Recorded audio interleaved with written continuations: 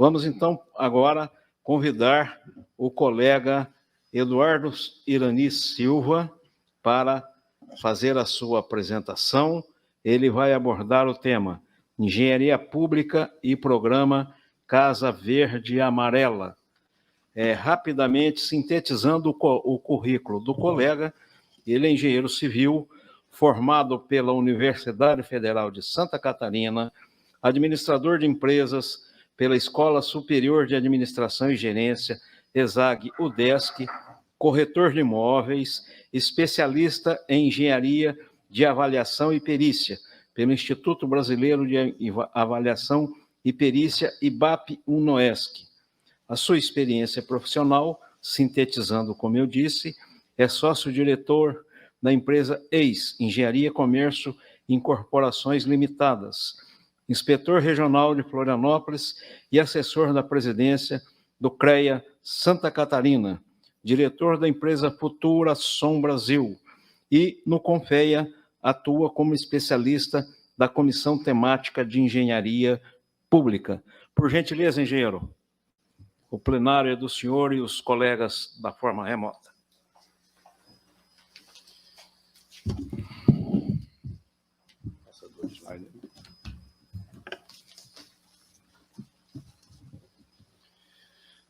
Muito bom dia a todos.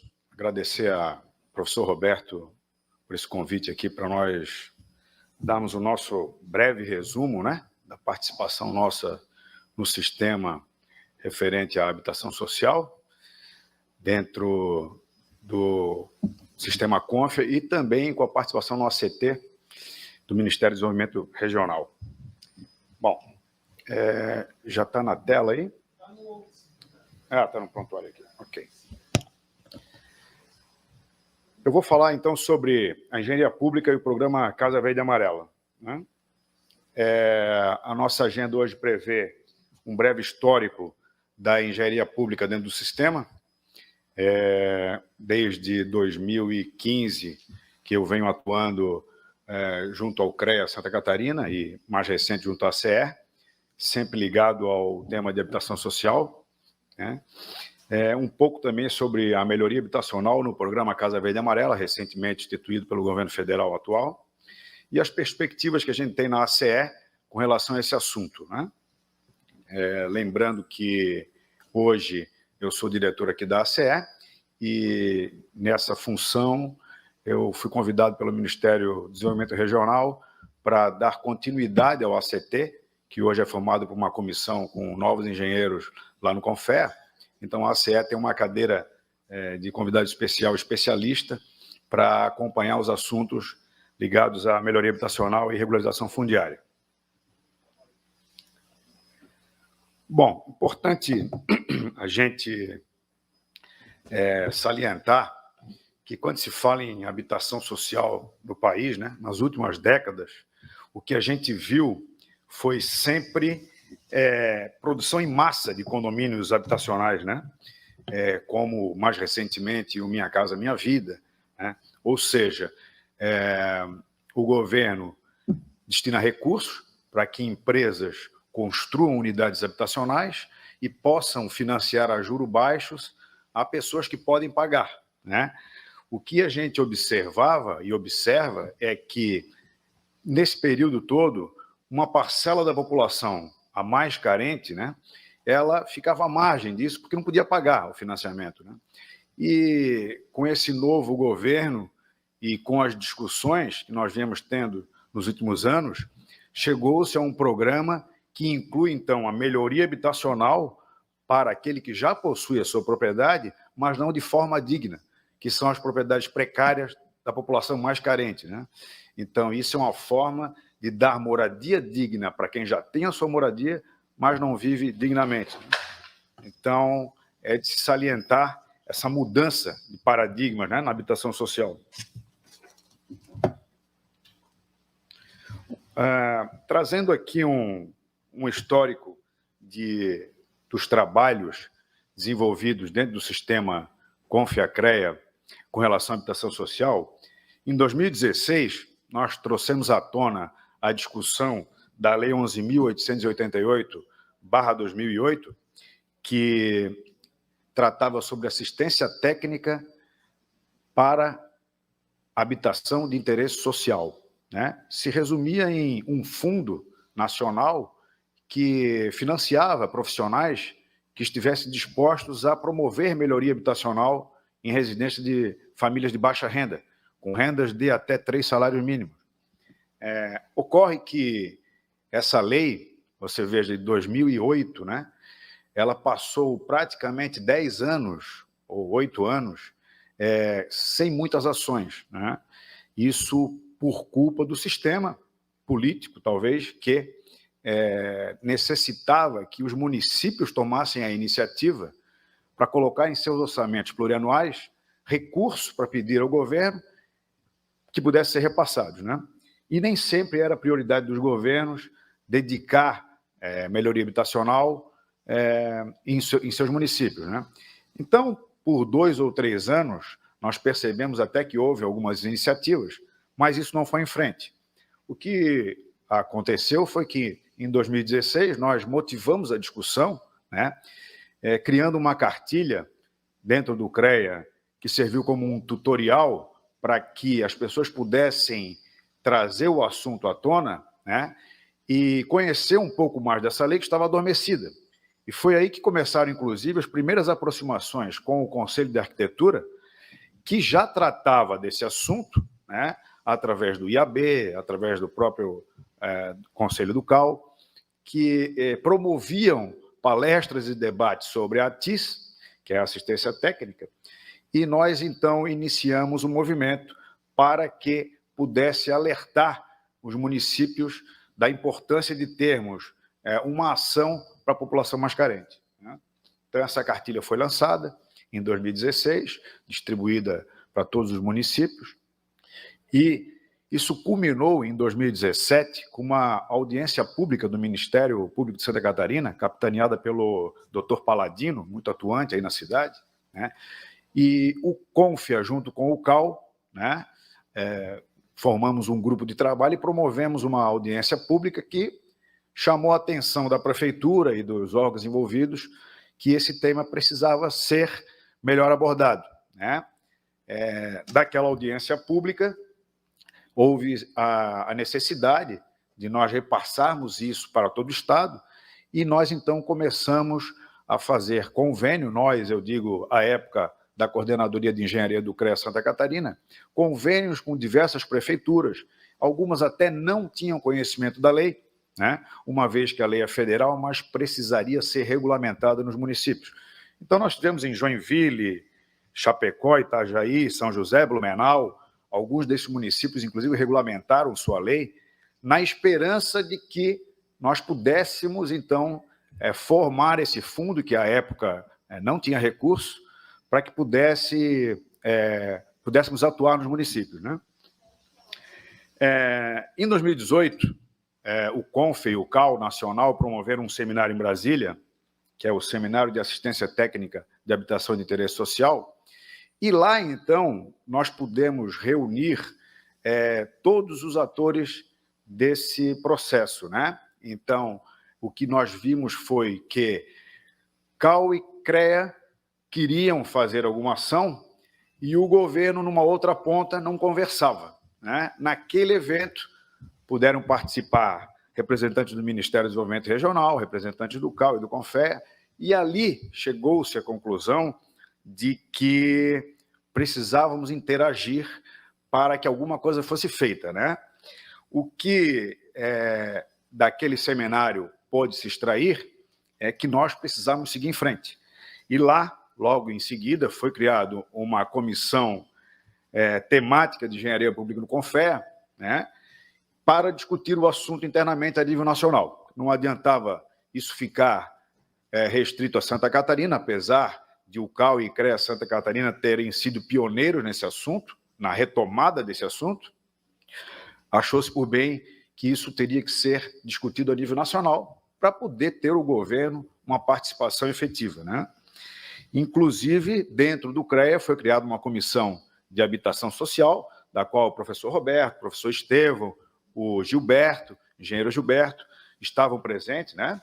e nós trabalhamos por muito tempo naquela comissão, obtendo resultados e levando encaminhamentos para a comissão do CONFEA, da qual eu representava. Eis que em 2019, motivado por essa aproximação dos conselhos ao governo, nós sugerimos, então, um acordo de cooperação técnica, né, junto com a Secretaria Nacional de Habitação, para que pudéssemos, a 4 mãos ou a 6 mãos, né, desenvolver ideias para uma nova lei, uma nova legislação, desculpe, que pudesse, então, dar a atenção às famílias de baixa renda, uma vez que a Lei 11.888 tinha um caminho muito tortuoso, muito difícil para se conseguir os recursos, né? Foi então também em 2019 que pela primeira vez um representante do CREA participou do Conselho Municipal de Habitação Social aqui em Florianópolis, né? E também um representante do CAU estava presente, e ali nós começamos a interagir e ver as dificuldades que o município tinha dentro do conselho para poder levar essas demandas ao ACT, né? No ano de 2020, fizemos diversas reuniões, era um grupo de trabalho composto por representantes de CREAs de diversos estados, representantes do CAU de diversos estados e os representantes da Secretaria Nacional da Habitação, formatando um modelo que fosse de um entendimento de todos, efetivo para a assistência das pessoas mais carentes, né? E não só um programa de construção em massa de habitação que atendesse a uma pessoa que não podia pagar, inclusive, pelo financiamento, né? Então, seria um programa subsidiado pelo governo. Depois dessas discussões e ideias, né, motivados, pela primeira vez, eu acho que conselhos puderam atuar e interferir na decisão de um programa de governo, e eu quero acreditar que muito do nosso esforço teve a ver com o resultado dessa nova lei que está em vigor, né? Nós conseguimos, então, que o governo dedicasse uma parte do seu programa para a melhoria habitacional e regularização fundiária, né? E que em 2021, através da Lei 14.118/21, que vem a substituir, então, o Minha Casa Minha Vida, que é o programa Casa Verde e Amarela, isso estava contemplado através da Instrução Normativa número 2, em 21 de janeiro desse ano, que regulamentou o programa de regularização fundiária e melhoria habitacional, né? Hoje existe no CONFEA uma nova comissão, da qual o professor Estevão representa aqui o CREA Santa Catarina, né? Ela tem um novo nome, que é a Comissão Temática de Habitação de Interesse Social, que ela dá continuidade ao acordo de cooperação técnica criado em 2019, né? E gere as demandas e tem o objetivo de transferir para a ponta, para os engenheiros, para as empresas, para a população e os municípios, todas as demandas que o governo pretende implementar, certo? Então, isso é mais ou menos o que se discutiu, em linhas gerais, em torno do assunto de habitação social, ligado ao governo federal, ligado ao MDR. O programa Casa Verde e Amarela, ele tem o objetivo de promover o direito à moradia adequada à população de baixa renda por meio da concessão de financiamento em condições especiais de subsídio, né, o que é importante. O beneficiário ele não precisa pagar pelo benefício, ele tem uma contribuição simbólica, para a execução de obras e serviços destinados à regularização fundiária de núcleos urbanos informais e melhorias habitacionais, tá? Então, o objetivo atende àquela população carente que não pode pagar por um financiamento de uma casa nova, de uma casa própria. Já tem o seu imóvel, mas não mora dignamente. As melhorias habitacionais pretendem atingir 20% das famílias de núcleo urbano informal, né, com renda até R$ 2.000 mensal, e trata da contratação da execução da obra. Uma coisa que precisa ser salientada e que talvez seja um entrave ou a gente torce para que haja interesse da iniciativa privada é que, num primeiro momento, esses recursos serão destinados apenas para pequenas empresas e escritórios de arquitetura e engenharia que queiram prestar o serviço. E esses serviços serão desenvolvidos em lotes, né? Você vai ter uma região determinada pela prefeitura e a empresa vai regularizar uma determinada quantidade de imóveis ou terrenos daquela região, né? Então, você veja que há uma série de critérios, capacidade técnica, capital social, quadro técnico, né? Não pode ser qualquer empresa que vai operar, né? Que vai executar a melhoria habitacional, né? O que se pretende é a superação de condições de insegurança. Hoje a gente vê muitas catástrofes, né? Principalmente na nossa região, a instabilidade do tempo, né? Deslizamentos, normalmente por casas construídas de forma irregular ou sem um acompanhamento técnico, né? Então, se pretende dar um pouco de segurança a isso. Risco, insalubridade, ausência de banheiro, telhado inadequado, né? Quantidade insuficiente de quartos, né? Muito comum, né? Instalações elétricas ou hidráulicas precárias, não vou nem falar em ligações irregulares, né? Que a gente observa muito nas cidades, né? Ausência de piso, reboco, acabamento em geral, entre outros. Ou seja, dar um pouco de condição digna de moradia para as pessoas que têm a propriedade, mas vivem nessas condições, né? Paralelo a isso, todo o trabalho de regularização fundiária também, que famílias do núcleo urbano informal de baixa renda, que terá o processo de titulação completo do seu imóvel.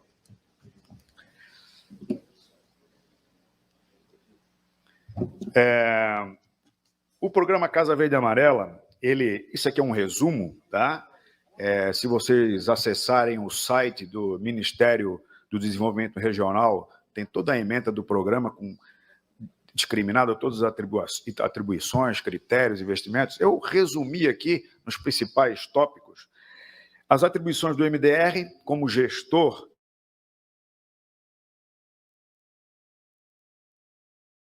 e regulamentador do GAL, vai atuar como um agente operador do FDS, que é o Fundo de Desenvolvimento Social, com recursos da União e outros aportes. Os municípios vão participar através dos órgãos de habitação social, tem que estar organizado num órgão de habitação social, selecionando os beneficiários e áreas de atuação. E aí eu lembro uma observação do professor Roberto, que falava sobre as EIs, né? E um dos critérios é que essas ações sejam feitas dentro das EIs. Então, vejam, as incoerências já começam por aí, né, professor? Empresas de arquitetura e engenharia vão firmar os contratos de financiamento e promoverem as regularizações fundiárias e de melhoria habitacional. Nesse quesito, você veja que, normalmente, quando se vai promover uma melhoria habitacional em local de baixa renda, você vai esbarrar com dificuldade de acesso, com dificuldade de armazenagem de material, dificuldade de conseguir a mão de obra para locais remotos, né? E aí eu indago, né? Qual empresa vai ter uma estrutura necessária para entrar nesse campo, para ter toda essa estrutura para passar essa dificuldade, né? E baseado nos números que nós vamos ver adiante, como ela vai obter o lucro em cima de tanta dificuldade de você operacionalizar esse trabalho, né? Haja vista de dificuldade de acesso, locais muito remotos, etc., né? Os critérios: prefeituras que tenham aderido ao programa, e eu dei uma checada no site do MDR antes dessa palestra e vi que muitos municípios ainda não aderiram, são poucos, né? Santa Catarina, observei lá, Tubarão, Joinville, São José. Não sei se está atualizado, mas não vi o nome do município de Florianópolis. Então, que sirva de alerta, né? Para que a Prefeitura de Florianópolis também faça adesão a esse programa, né? Então, precisa aderir de uma maneira simples.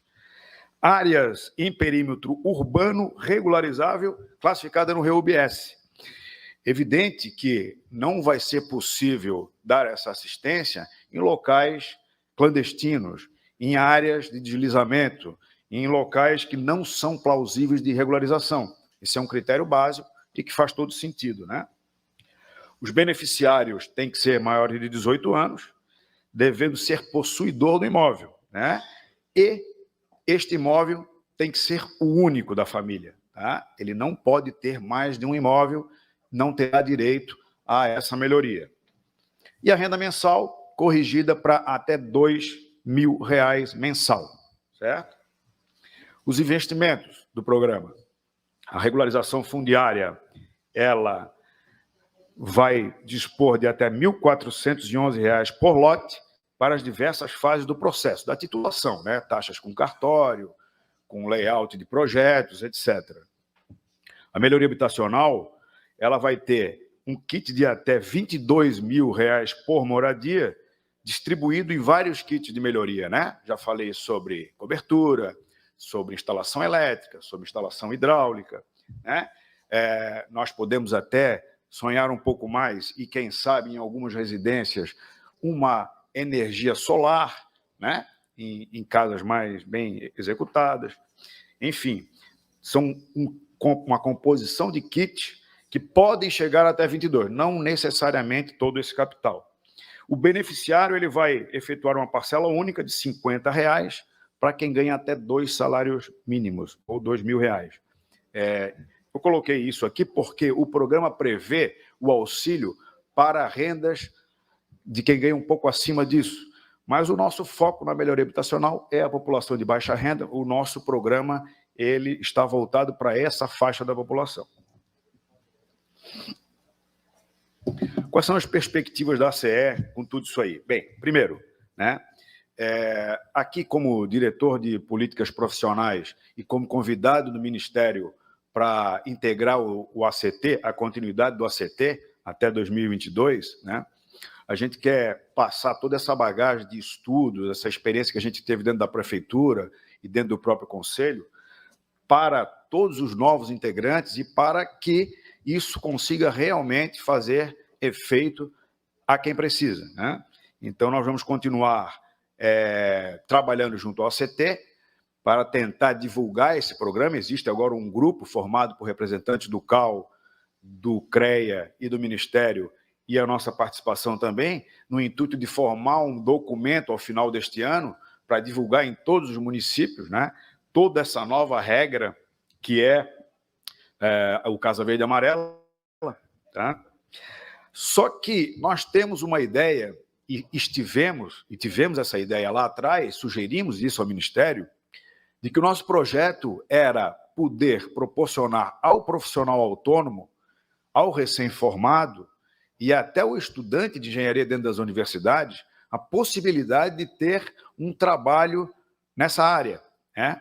Uma vez que nós acreditamos que faz mais sentido você ter um profissional inserido no contexto da comunidade, aquele que conhece a comunidade e tratando individual cada melhoria. Por exemplo, um profissional pegar 2 ou 3 obras de melhoria e poder efetivamente trabalhar lá direto na ponta, do que uma empresa trabalhar num lote com descentralização, precisando ter uma operacionalidade muito maior, né? Então, a gente acredita que, de alguma forma, nós precisamos desenhar um novo modelo. Isso, num primeiro momento, esbarrou dentro da Caixa Econômica Federal, que exige, né, umas certas garantias para passar recurso, né? E a gente entende a preocupação do governo com relação a isso. Já não deu certo o modelo do cartão reforma, que havia desvio de recursos, né? O cidadão recebia o cartão reforma e, ao invés de reformar sua casa, ia comprar uma geladeira, uma televisão, né? Então, desvio de finalidade, né? Nós entendemos esse problema, mas quando nos aproximamos do governo em forma de associação e de conselho, nós queríamos emprestar a estrutura que tem o sistema Confiacrea e a sua capilaridade com as diversas associações de classe, né, para que a nossa estrutura pudesse dar esse respaldo, pudesse ajudar a controlar, né? E, num primeiro momento, nós esbarramos no CNAE das associações, que não permite que nós atuemos como executor de serviços, né? Isso ainda está em discussão, as portas não estão fechadas dentro do Ministério.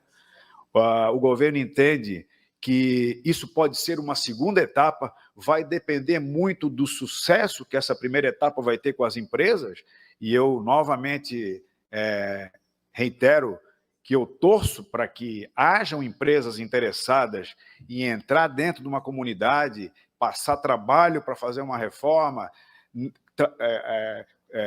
conviver com o furto de materiais dentro da própria comunidade, isso vai existir, né? Trabalhar com a mão de obra informal da autoconstrução, porque vai ter casos que o próprio morador vai querer fazer o seu reboco, né?